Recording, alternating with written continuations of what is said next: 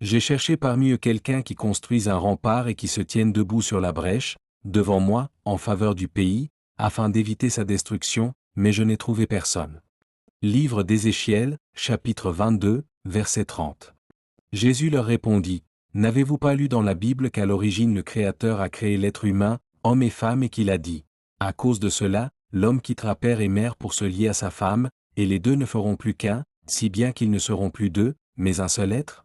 Que l'homme ne dissocie donc pas une unité que Dieu lui-même a créée. » Mais les pharisiens objectèrent. Pourquoi alors Moïse a-t-il commandé à l'homme de remettre à sa femme un certificat de divorce quand il la répudie? Il leur répondit, Moïse vous a permis de renvoyer vos épouses, parce que vous avez des cœurs de pierre. Mais à l'origine, il n'en était pas ainsi. Aussi, je vous déclare que celui qui renvoie sa femme et en épouse une autre, commet un adultère, sauf en cas d'immoralité sexuelle. Évangile de Matthieu, chapitre 19, versets 4 à 9. Mon Père et moi, nous sommes un. Évangile de Jean, chapitre 10, verset 30. Si quelqu'un suit de fausses doctrines et fomente la division, avertis-le, une fois, deux fois. S'il ne se détourne pas de sa fausse voie, sépare-toi de lui et écarte-le de l'Église.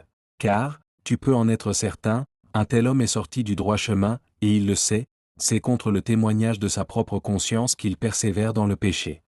Lettre de l'apôtre Paul à Tite, chapitre 3, versets 10 et 11. Saluez-vous les uns les autres en vous embrassant comme des frères et sœurs chrétiens.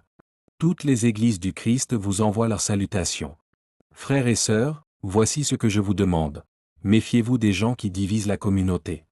Ils risquent de faire tomber dans le péché les croyants en parlant contre l'enseignement que vous avez reçu. N'allez plus avec eux. Lettre de l'apôtre Paul aux Romains, chapitre 16, versets 16 et 17.